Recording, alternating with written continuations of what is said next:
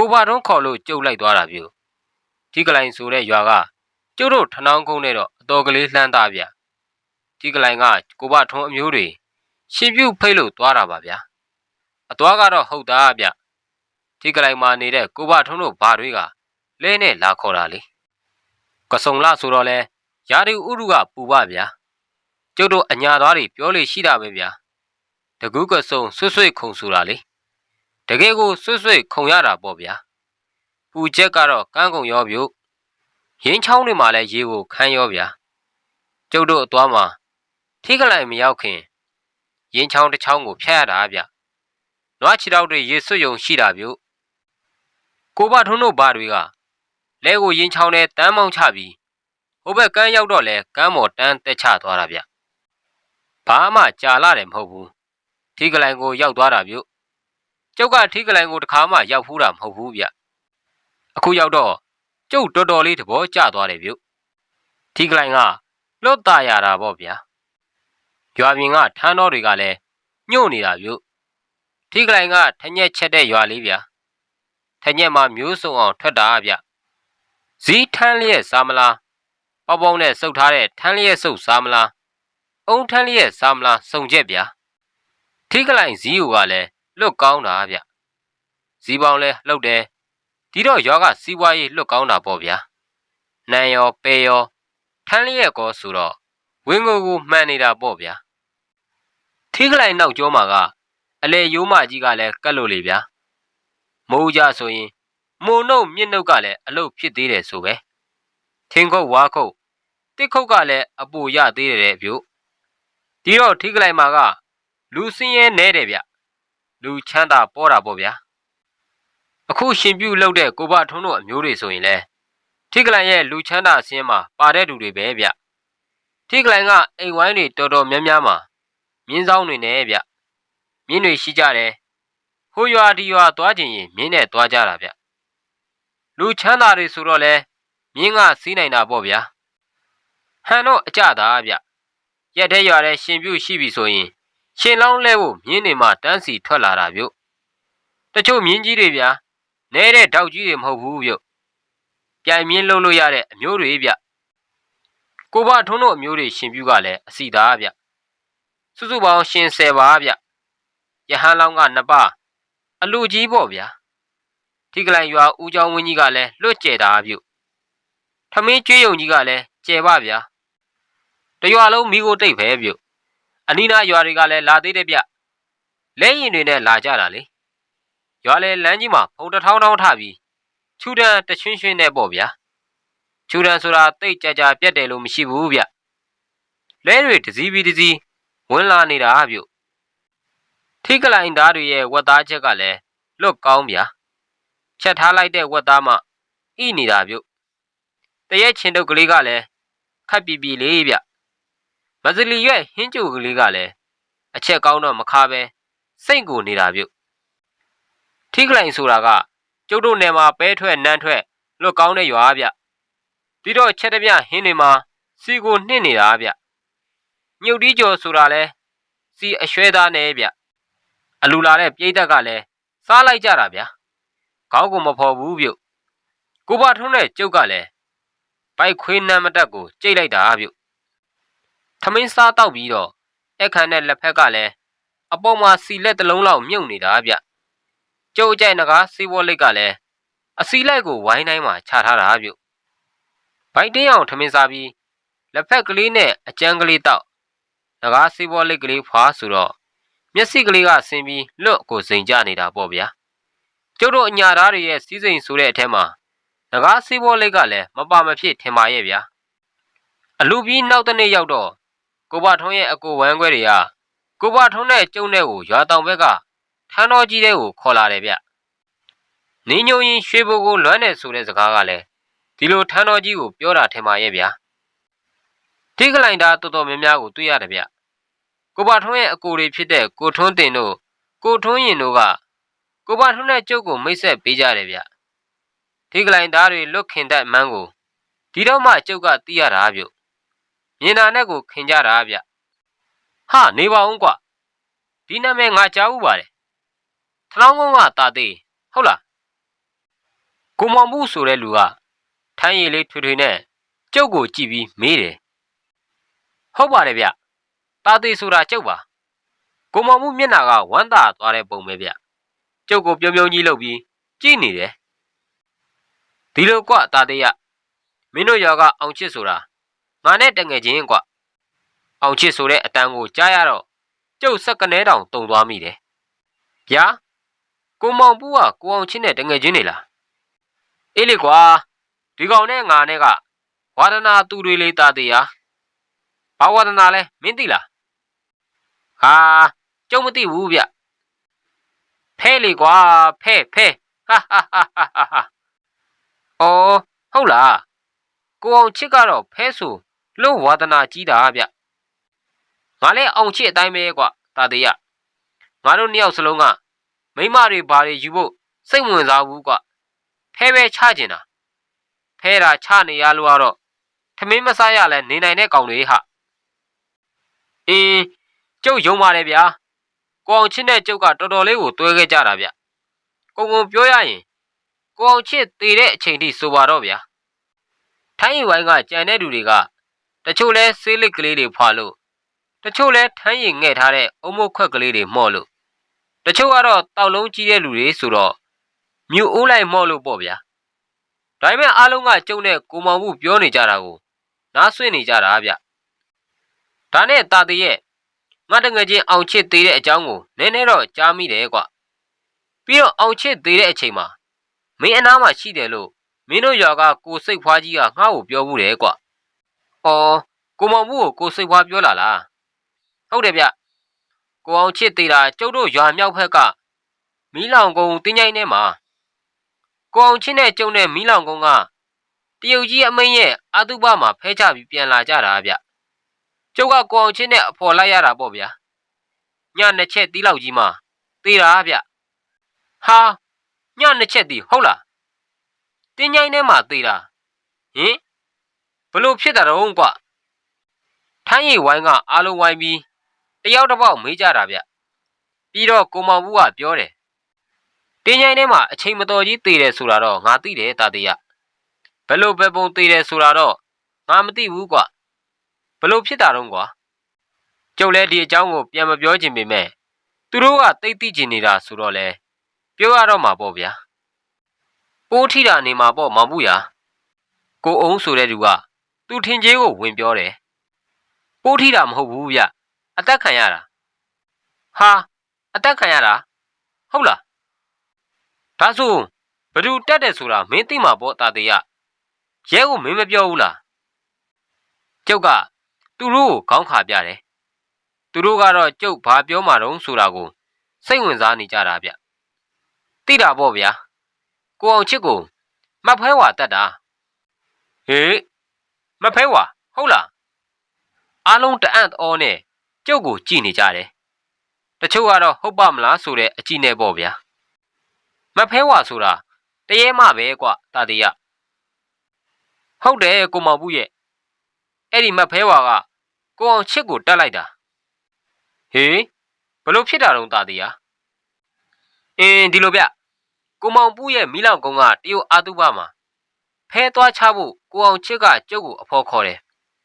အဲ့ဒီမှာမြို့ကတရုတ်တွေရောက်နေတာတထေးတွေကြီးပဲတဲ့အဲ့ဒီလူတွေကိုသူနိုင်အောင်ကစားမယ်လို့ပြောတယ်ကျုပ်ကတော့သတိပေးတာပေါ့ဗျာကိုအောင်ချစ်မြို့ကလူတွေကိုရှင်ကစားလို့ခမည်းနိုင်ပါမလားဆိုတော့ကိုအောင်ချစ်ကကျုပ်ကိုပြောတယ်ဗျသူ့မှာဖဲနိုင်အောင်ကစားနိုင်တဲ့နည်းတွေရှိတယ်တဲ့ဗျာဟေးဟုတ်လား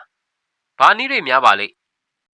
မောင်ဘူးကလည်းဖဲသမားဆိုတော့ဖဲနိုင်အောင်ကစားနိုင်တဲ့နည်းဆိုတာကိုစိတ်ဝင်စားတာပေါ့ဗျာမောင်ဘူးရာမင်းကတမျိုး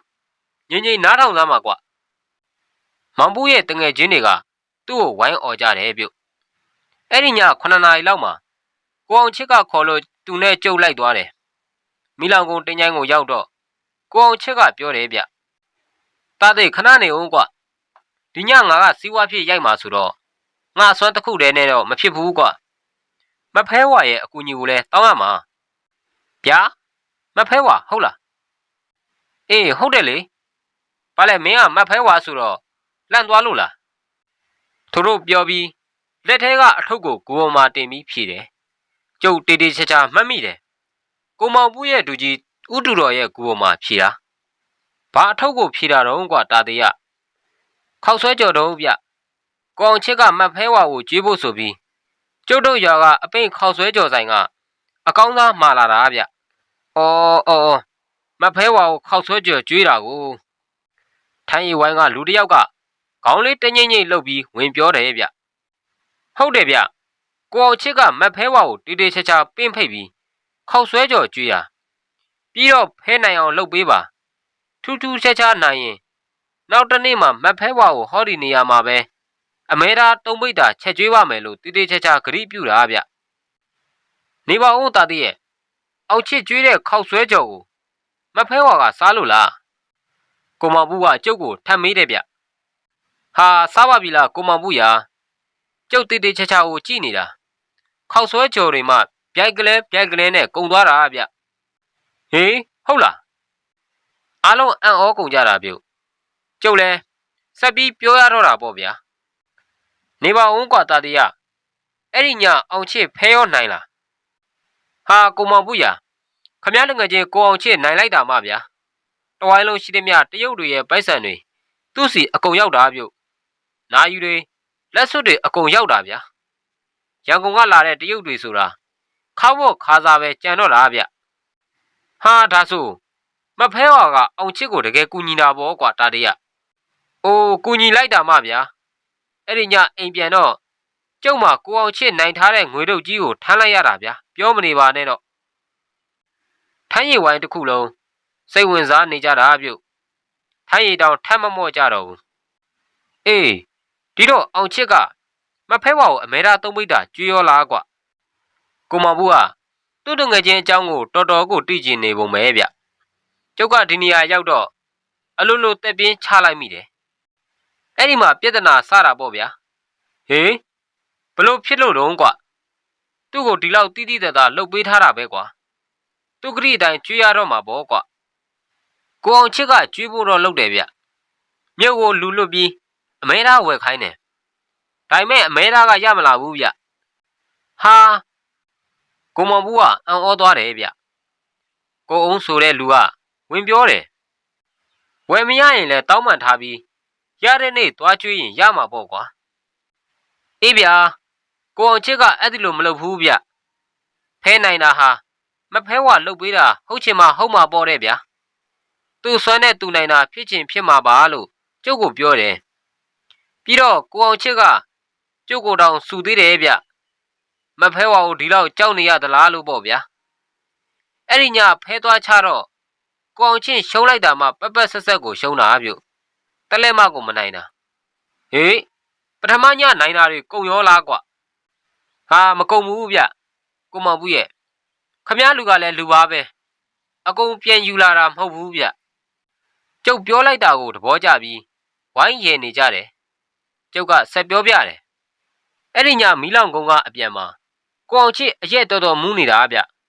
လက်ထဲမှာလည်းအရက်ပလင်းကြီးကင်ပြီးလမ်းလျှောက်တောက်လာတာမီးလောင်ကုန်းတင်ကြိုင်းတဲလဲရောက်ရောမဖဲဝါကိုဆဲတော့တာပဲဗျာဟာဆဲတယ်ဟုတ်လားအောင်ချစ်တော်တော်ကိုမားသွားတာပဲကွာကိုမောင်ဘူးကအံ့ဩပြီးပြောတယ်ကျုပ်ကလည်းသူ့ကိုအမျိုးမျိုးပြောပါတယ်ဗျာဘယ်လိုပြောလို့မှကိုမရတာဗျလူကလည်းတော်တော်လေးမူးနေပြီလေဗျာကျုပ်ကိုတောင်ဟိတ်ကောင်သားသေးမင်းကြောက်ရင်ရှိကသွားနဲ့ဒီကောင်မနဲ့ငါဒီညစင်းရှင်းမယ်ဆိုပြီးထက်ဆဲတော့တာပဲဗျာကျုပ်လည်းစိတ်ပြက်သွားတာနဲ့သူ့အနားကနေထွက်လာခဲ့တာခြေလမ်း၄-၅လမ်းပဲလမ်းရသေးတယ်ဗျာအုံဆိုတဲ့အတန်ကြီးကြားလိုက်လို့နောက်ကိုလဲကြည့်လိုက်တော့ကိုအောင်ချစ်လက်ထဲကအရက်ပလင်းကြီးလွှတ်ကျသွားပြီးရှေ့ကိုဒူးညွန့်ကျသွားတယ်သူ့နောက်မှာသပင်ဖားရကြီးချပြီးမမကြီးရက်နေတာမဖဲဝါကြီးဗျအရက်ကြီးက10 ပေလောက်ရှိမယ်ထင်တယ်ကိုမောင်ပုရဲ့မျက်လုံးကြီးတွေများဗျာ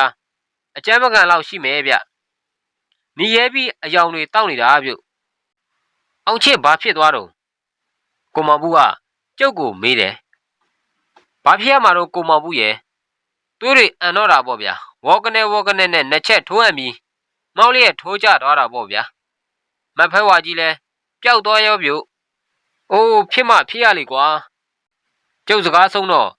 ကိုမောင်ပူကတော်တော်ကိုစိတ်မကောင်းဖြစ်သွားတာဗျထိုင်းဝိုင်းတစ်ခုလုံးငြိမ်သွားပြီးတွေးနေကြတာဗျလက်ဆက်တက်တော့မဖဲဝါဆိုတာတကယ်ရှိတာပါလားဆိုပြီးကိုမောင်ပုံဆိုတဲ့လူကဝင်ပြောတယ်ဟာရှိပါပြီလားမောင်ပူရာငါဖပြောဘူးတယ်ကွရွာနောက်ကတင်းချိုင်းတွေကနေသပင်ဖားရကြီးချပြီးခေါင်းကြီးတစ်လုံးထမ်းသွားတဲ့မဖဲဝါကြီးကိုတူမြင်လိုက်ရတယ်ဆိုပဲငါဘာကတင်းချိုင်းပေးကလဲလန်းအတိုင်းလဲမောင်းပြီးလာတာဆိုပဲနွားတွေဆိုတာလှန့်ပြီးဗရက်ရက်နေကြတာတဲ့ရှေ့မတိုးတော့ဘူးဆိုပဲအဲ့ဒါဘာကနင်းနံနဲ့ခဏနာထုံးမှဆက်သွားကြတယ်ဆိုပဲကိုထမ်းဘူးဆိုတဲ့လူကကိုမောင်ပူကိုပြောပြတာဗျစကားဝိုင်းကတော်တော်ကိုကောင်းသွားတာပြုသူကြားဘူးတာကိုကြားဘူးတာတွေပြောကြတာပေါ့ဗျာထိုင်းရင်ဆိုတာလဲတမျိုးပြီးတမျိုးချပေးရတာပြုအမီးကတော့အမဲကျော်ပေါ့ဗျာပြောရအောင်မယ်ဗျတာသေးဆိုတဲ့ကျုပ်ကအညာသားဆိုပေမဲ့ထိုင်းရတော့မကြိုက်ဘူးဗျအခုလဲမိတ်ဖြစ်ဆွေဖြစ်အနေနဲ့တာအဆွေုံကျုပ်တောက်တာပြုတောက်ကိုမတောက်နိုင်တာအဲ့ဒီညနေကတော့ပကန်းကိုကြီးကျော်တို့တိတ်ကြိုက်တဲ့ညနေမျိုးထင်ပါရဲ့ဗျာလွတ်ပြောဖို့ကောင်းကြတာဗျကျုပ်ကလည်းတော်တော်ခင်သွားကြတာဒီကလိုင်ကိုမကြာခဏအလေလာဖို့ထက်ခါဖိတ်ခေါ်ကြတယ်တာတီဆိုတဲ့ကျုပ်ကလည်းလာလေပါမယ်လို့ဂတိကဝတ်ပြုရတာပေါ့ဗျာအလုံးစားတော့ပြီးကြတော့ရွာထဲကိုအုပ်လိုက်ကြီးပြန်ဝင်လာကြတာပေါ့ဗျာအလုံးလမ်းလျှောက်တာနောက်ကိုကော့လန်နဲ့ပြုတ်ပြောရအောင်မယ်လူဆိုတာအရက်မူးရင်ရှေ့ကိုစိုက်သွားတတ်တယ်ဗျထိုင်းရင်မူးရင်တော့နောက်ဘက်ကိုလှန်ပြီးမူးတာလေးဗျာအမူးလို့လဲရင်လဲအရက်သမားကရှေ့ကိုမောက်လျက်ထိုးလဲတာဗျထိုင်းရင်သမားများကြတော့အမူးလို့မီဆိုရင်နောက်ဘက်ကိုလှန်ပြီးလဲတာပြုနောက်နေ့ကျတော့ကိုဘထုံးနဲ့ကျုပ်ရွာပြန်ခဲ့ကြတယ်ကျုပ်တို့နှစ်ယောက်လဲကြုံလိုက်လာတာဗျလဲကြုံကရင်ချောင်းမြောက်ခင်တတိုင်လောက်အလိုကတောင်ကျိုက်ဆိုတဲ့ရွာအထိရောက်တာရင်ချောင်းဟိုဘက်ကိုကျုပ်တို့နှစ်ယောက်ကုန်းချောင်းသွားကြရမှာဗျဒီခီးလောက်ကတော့ကျုပ်တို့သွားနေကြပါဗျာတောင်ကျိုက်ကနေထွက်လာတော့ညနေတော်တော်စောင်းနေပြီဘာဖြစ်လို့လဲဆိုတော့ကျုပ်တို့လဲကြုံလိုက်လာတဲ့ကိုချိုဆိုတဲ့လူကသူတို့အိမ်ကိုဝင်มาဆိုပြီးဇွတ်အိမ်လဲခေါ်တာပြုကျုပ်တို့နှစ်ယောက်လဲအာနာတာနဲ့လိုက်ခဲ့ကြတာသူ့အိမ်ရောက်တော့ညနေစာစားပြီးမှသွားပါလို့ဇွတ်ဆွဲပြန်ရောပြုလူတဘောကောင်းတဲ့ကိုချိုတို့မိသားစုကိုအာနာတာနဲ့ညနေစာစားကြရတာပေါ့ဗျာဒါကြောင့်ညနေစောင်းတော့မှတောင်ကျိုင်းကထွက်ဖြစ်တော့တာဗျတောင်ကျိုင်းကထွက်လာတော့အံ့ဩစရာဗျာကောင်းငယ်မှာမိုးသားမဲမဲတွေတက်လာတာပြုဟာကိုဘထွန်းရင်မိုးတွေချက်ချင်းတက်လာပါလားပြုအေးကွာတာတရရင်ချောင်းရောက်အောင်ခတ်တုတ်လေးလမ်းလျှောက်ရအောင်ဟိကိုချိုတို့အိမ်သားတွေအတင်းဆွဲတာနဲ့ထမင်းစားနေလို့နောက်ကျသွားတာကွာဟာကိုဘထွန်းရင်သူတို့ကလည်းကျုပ်တို့နှစ်ယောက်ကိုတွေ့ချင်းကိုခင်တာဗျလူတဘောကောင်းတဲ့မိသားစုပါဗျာဒီတော့လဲထမင်းစားဖို့ကိုဘယ်နဲ့လို့ညင်းမလဲဗျာကျုံနဲ့ကိုဘထွန်းနဲ့ခတ်တုတ်လမ်းလျှောက်ကြတယ်ကိုဘထွန်းကကျုပ်ထက်9နှစ်6နှစ်လောက်တော့ကြီးမှာဗျဒါပေမဲ့လူပလန်ကလေးကျုပ်ထက်တောင်နည်းနည်းညှက်ချင်သေးတယ်ဒါပေမဲ့လူကတော့လူလင်လူသွဲ့ပြုတ်ရင်ချောင်းမြောက်ခင်မုံမိမဆိုလို့ရှေ့ကခတ်တုတ်လမ်းလျှောက်နေတာကိုကျုပ်ကသူ့နောက်ကနေအလျားထိုးလိုက်နေရတာပြုတ်ကျုပ်တို့နှစ်ယောက်ရင်ချောင်းကမ်းမရောက်တော့ကောင်းကင်မှာမိုးတွေမဲနေပြီအချိန်ကလည်းမိုးချုပ်စဖြစ်ပြီဗျကဲတာသေးတတိထားကူဟေ့မိုးတော့လွတ်သေးတယ်ကွပြောဆူဆူနဲ့ကိုဘထုံးကပစိုးကရောင်းကြိုက်တယ်ကျုပ်လည်းကြပြကရပစိုးကရောင်းကြိုက်လိုက်ရတာပေါ့ဗျာကျုပ်တို့နှစ်ယောက်ချောင်းထဲကိုဆင်းခဲ့ကြတယ်ရင်ချောင်းကရေစီးကတန်တော့အောက်ကတဲမြေမှာကြာကြာရက်လို့ရတာမဟုတ်ဘူးဗျရက်ရင်တဲကကျုံဝင်သွားတော့လူကရိုင်ပြီးဟန်ကျက်ပြက်သွားတတ်တယ်ဒီလိုအခါမျိုးမှာရေစီးကတန်တော့လဲကျသွားတတ်တယ်ဗျဒါကြောင့်အောက်ကနင်းထားတဲ့တဲကျုံဝင်မသွားခင်ခတ်တုတ်ရှောက်ကြရတာကျုပ်တို့နှစ်ယောက်ချောင်းထဲမှာခြေလမ်း15လမ်းလောက်ရှောက်မိတယ်ဆိုရင်ပဲကျုပ်ကချောင်းထက်ပိုင်းကိုလမ်းကြည့်လိုက်မိတယ်ပြုတ်ဟာကိုဘထွန်းရေတွေလာပြီနောက်ပြန်ပြေးတောင်ကြရေပြုတ်ကျုပ်ကနောက်ပြန်ပြေးတယ်ဘယ်လွတ်လိုက်မလို့ဗျာတောင်ကြရေပဲလူမပြောနဲ့မြင်းပြေးရင်တောင်မလွတ်ဘူးဗျ ကျုပ်ရောကိုပါထွန်းရောရေလုံးရိုက်ပြီးပါသွားတယ်ဒါပေမဲ့ကိုပါထွန်းရောကျုပ်ရောရေကူးလဲတန်တယ်တတိလဲကောင်းတယ်ဆိုတော့ကမ်းဘက်ကိုကူးတာပေါ့ဗျာချောင်းထဲမှာမောင်သွားပြီဗျမိုးချုပ်တာရောမိုးမောင်တာရောပေါင်းပြီးမောင်သွားပြီကြောက်စရာကောင်းတဲ့ရေစီးတန်ကြီးကိုကြားနေရတာတွေးပြက်စရာပဲဗျာချောင်းရီကချက်ချင်းဖြင်ကျဲကြီးဖြစ်သွားပြီးကန်းကဝေးသွားတော့ကျုပ်တို့နှစ်ယောက်တော်တော်ကူးနေရတာပေါ့ဗျာရေစီးနဲ့မျောလဲမျောနေကြတာဗျဟာကိုပါထွန်းအော်တန်ပြို့ကျုပ်လန့်သွားတယ်ဘာမှလည်းမမြင်တော့ဘူးမောင်ပိန်းနေပြီကိုပါထွန်းဘာဖြစ်တာတော့တာသေးငါခြေထောက်ကိုတစ်သုံးကြီးတိုက်သွားတာကျိုးသွားပြီထင်တယ်ကိုပါထွန်းစကားဆုံးနေဆိုပဲကျုပ်ကန်းဆက်ရောက်သွားပြီးခြေထောက်လို့ရသွားပြီကိုပါထွန်းခမည်းမမတော့ငါဒီမှာကွာတာသေးရကန်းဆက်ရောက်ပြီအိုးရွာလိုက်တဲ့မိုးဗျာမိုးတန်ရောရေစီးတန်ရောမိုးချင်းတန်ရောကျုပ်တို့ကိုပါထွန်းအတန်ကိုမှန်းပြီးပြေးသွားရတယ်တွေ့ပြီကိုပါထွန်းကထထောင်းမင်းကြီးရဲ့ပင်စီကိုမိပြီးထိုင်နေတယ်လေတစ်ချက်လက်လိုက်တဲ့အချိန်မှာသူ့ကိုကျုပ်တွေ့သွားတာဗျသူလည်းကျုပ်ကိုမြင်သွားတယ်တာသေးလာငါဒီမှာငါခြေတော့တစ်သုံးကြီးဝင်ဆောင်သွားတာကျိုးသွားပြီထင်တယ်ကွငါခေါင်းတွေလည်းမူးနှောက်နေတယ်ဘာဖြစ်တော့မသိဘူးတာသေးကျုပ်ကိုပါထွန်းကိုချက်ချင်းမထူပေးပြီးကျုပ်ကိုကြောပိုးခိုင်းတယ်လာကိုပါထွန်းဒီနေရာကိုမကြခင်ရေမြုပ်တော့မှာကိုပါထွန်းကလူပလန်လေးဆိုတော့ကျုပ်ကအတာလေးကြောပိုးနိုင်တာပေါ့ဗျာဘယ်တော့မှတော့တာသေးတောင်ချိုင်းကိုပဲပြန်မှာပေါ့ဗျာမင်းလမ်းသိလို့လားလမ်းတော့မသိဘူးဗျကျုပ်တို့ချောင်းထဲမျောသွားတာလဲဘလောက်ဝေးသွားမှမသိဘူးဒါပေမဲ့လျက်လက်တဲ့အယောင်နဲ့ကြည်ပြီးသွားကြတာပေါ့ဗျာတောင်ချိုင်းမရောက်လဲရောက်တဲ့ရွာမှာဝင်ပြီးအကူကြီးတောင်းဖို့ပေါ့ဗျာကိုပါထွန်းကိုကြောပိုးပြီးကျုပ်ခတ်တွက်လမ်းလျှောက်တာပေါ့ဗျာကိုပါထွန်းကတော့ကျုပ်ရဲ့ကြောပေါ်မှာမေးနေတယ်ဗျဘာမှမပြောတော့ဘူးဟာဟိုမှာကျုပ်တန်ကြတော့ကိုပါထွန်းမေးတယ်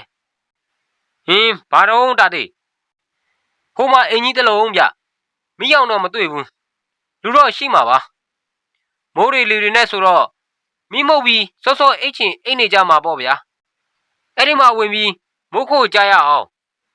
မိုးတွေကလည်းရေတွေတွန်ချနေတယ်လို့ကိုရွာနေတာဗျတော်တော်လေးသွားလိုက်တော့မှလဲလန်းချောင်းတစ်ခုကိုတွေ့တယ်လဲလန်းချောင်းကိုကြော်လိုက်တော့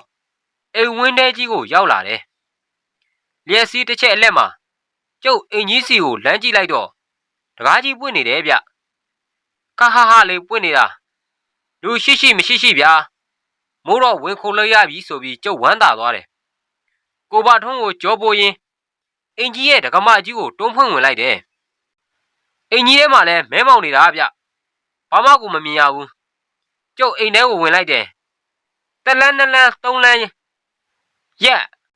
ကျုပ်တို့ကလုံးကြက်သိန်းတွေဖြန်းကလေးထသွားတယ်ပြုတ်မောင်ထဲကထွက်လာတဲ့အတန်ကြီးဗျအတန်ကခတ်အောကြီးဗျယောက်ျားကြီးတယောက်ရဲ့အတန်ပဲကိုပါထွန်းကျုပ်ကကိုပါထွန်းကိုခေါ်လိုက်တယ်ကိုပါထွန်းကပြန်မထူးဘူးကျုပ်ပခုံးပေါ်မှာခေါင်းမိပြီးအိပ်ပျော်နေပြီဗျဘာထွန်းမွေစိတ်တက်နေပြီအမောင်ထဲကအတန်ကြီးကထပ်ထွက်လာတယ်ဟာကိုပါထွန်းပိုးထိထားတာထင်တယ်ကျုပ်တော်တော်ကိုစိုးရိမ်သွားမိတယ်ခြေထောက်ကလည်းကျိုးလို့ဒီအထဲကိုမြင်မြန်ခေါ်ခဲ့ဒါထက်နောက်ကျရင်သေတော့မှာဗျာအခုခေါ်ခဲ့ဆိုဘာလုပ်နေတာတော့ကျုပ်အမောင်ထဲကိုရမ်းလျှောက်ခဲ့ရတာပေါ့ဗျာဘာမှလည်းမမြင်ရဘူးအမောင်ထဲကပြောနေတာလဲဘယ်သူမှမသိဘူးကျုပ်တကူလုံးလဲရေတွေရွှဲနေပြီးခိုက်တုံနေပြီပြုတ်ကြောက်လို့ကြက်သိန်းထားတာလဲပါမှာပေါ့ဗျာရောက်ပြီအဂရိမော်တင်လိုက်ကျုပ်လက်နဲ့လိုက်စမ်းလိုက်တယ်ဟုတ်တယ်ဗျဂရင်ကြီးတစ်လုံးကျုပ်ကိုပါထွန်းကိုဂရင်မော်ခတ်ဖြည်းဖြည်းချပေးလိုက်တယ်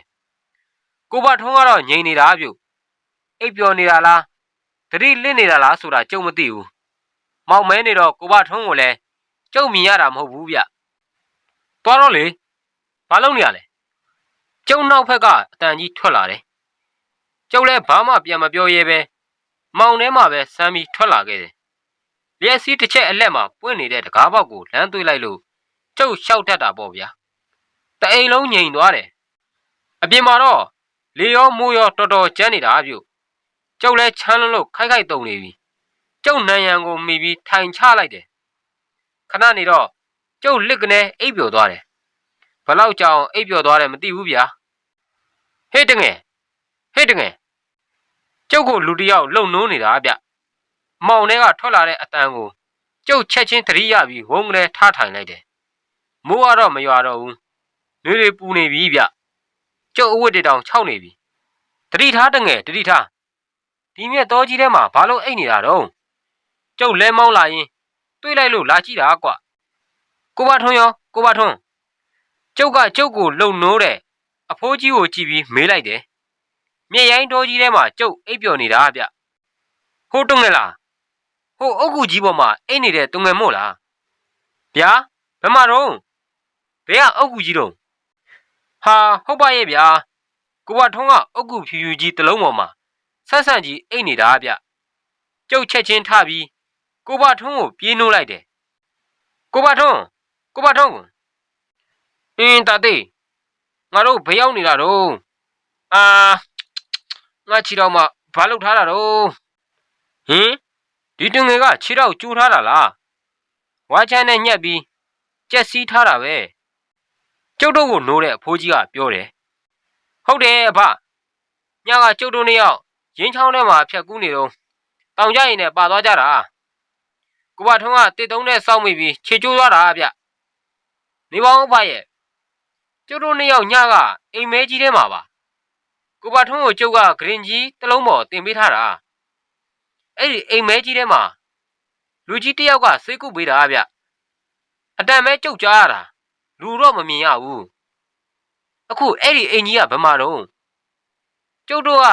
ဒီနေရာကိုဘယ်လိုရောက်နေတာတော့ဗျအိမ်မဲကြီးဟုတ်လားတငယ်ကျုပ်တို့မမွေးခင်တုန်းကတော့ဒီနေရာဟာဆေးဆရာကြီးတယောက်နေခဲ့တဲ့ခြံဝင်းကြီးလို့ပြောတန်ကြားဘူးတယ်အဲ့ဒီဆေးဆရာကြီးမိသားစုကအိမ်မဲကြီးအကြီးကြီးတစ်လုံးနဲ့နေကြတာကွဟိုတုငယ်တက်အိတ်နေတဲ့အုတ်ကူကြီးကအဲ့ဒီဆေးဆရာကြီးရဲ့ကူပေါ့သူတေတော့သူ့မိသားစုကဒီခြံဝင်းကြီးထဲမှာပဲသူ့ကိုဂုံတွေးပြီးတကြိုထားကြတယ်လို့ပြောတယ်အဲ့ဒီခြံကြီးတို့အိမ်မဲကြီးတို့ဆိုတာကိုအဘတို့ရွာကအသက်80ကျော်90ကျော်ရှိတဲ့လူကြီးတွေတောင်မမီလိုက်ကြဘူးကွစကားပဲကြံနေတာ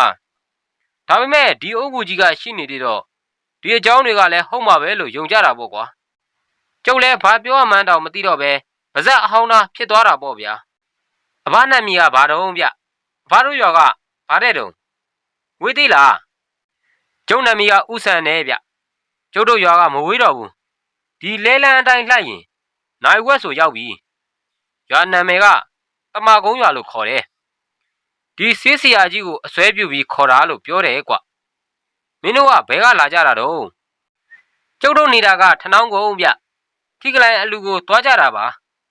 တောင်ကျိုင်းမှာညစာဝင်စားပြီးထွက်ခဲ့ကြတာအဘရဲ့ဟာတောင်ကျိုင်းကတော်တော်လမ်းနေပြီပဲမင်းတို့အဝေးကြီးကိုမျောလာတာကွဟင်ဟုတ်လားအဘအေးဟုတ်တယ်ကဲလာကြပါကျုပ်မှာလှဲပါပါတယ်ချောင်းလည်းကျနေပါပြီကျုပ်ရွာအရောက်ပို့ပေးပါမယ်